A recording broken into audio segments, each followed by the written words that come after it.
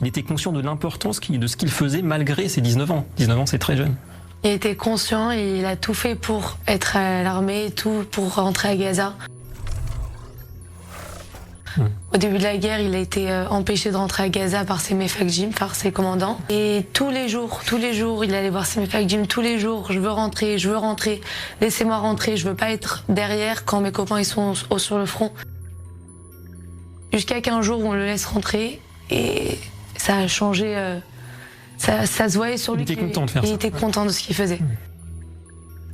On a vu son changement à son visage, il était plus heureux, il était comblé. Alors c'est très mignon, cette love story génocidaire, mais il va falloir redescendre sur Terre 2 minutes là. On estimait dès octobre 2023 qu'environ 4000 Français, des franco-israéliens pour la plupart, étaient engagés dans les rangs de l'armée israélienne, ce qui fait de la France la deuxième nationalité la plus représentée après les États-Unis.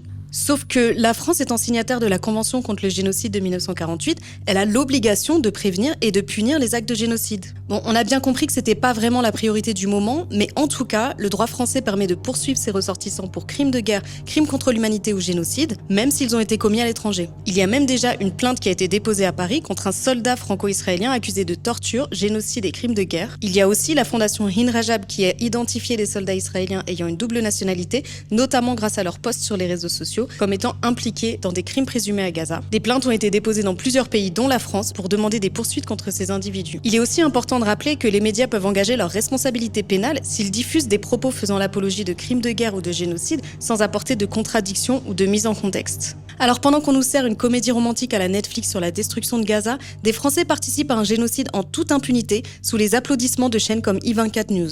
Est-ce que ce cauchemar s'arrêtera un jour ?